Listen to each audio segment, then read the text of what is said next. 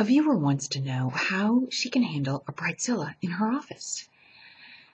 This woman talked nonstop about the wedding, how over the top it was.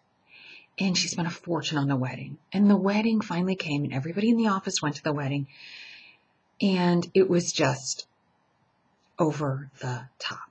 And no one was surprised by anything because she went in detail at the office about every single thing about the wedding. How much everything costs, the table decorations, the this, the that. All right, so it's over.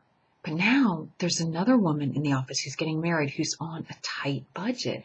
And all the women in the office are trying to help out by doing her hair, her makeup, by finding a car for her limo, and just baking the cake, everything to try and ease the financial burden and help out as much as they can.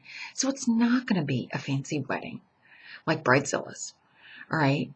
But Bridezilla is all upset because the ladies in the office are giving this other woman more attention. So our viewer wants to know how she can handle that in the office. Look, if Bridezilla is resenting this new woman who's getting married, it's her problem. Because if you say something to Bridezilla, she's going to start to resent you and rant and rave even more. So you can't do that.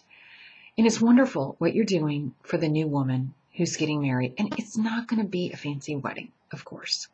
But it's probably going to be a lot more memorable.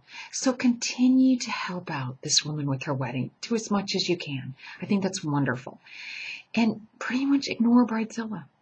Really, it's her problem. And maybe, just maybe, when she sees this plain wedding, where it's not over the top, it's not fancy, but everyone's having a great time and it's so memorable, that maybe she's going to realize that her priorities are completely misguided.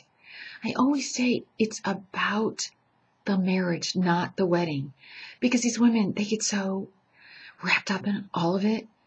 And then it's over. It's over and everyone's forgotten about the wedding. And they've got this huge letdown. Here they are married, but there's no wedding to plan. And they're back to their boring life. And it's hugely disappointing to them. Whereas if you don't put as much emphasis on the wedding and you put it on the marriage, which is what's the most important thing, not the wedding, you're going to be a lot happier and you can save money towards a house or whatever.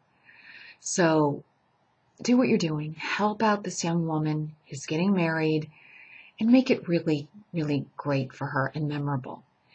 And I'm hoping that Bridezilla will just reprioritize and realize what's important in life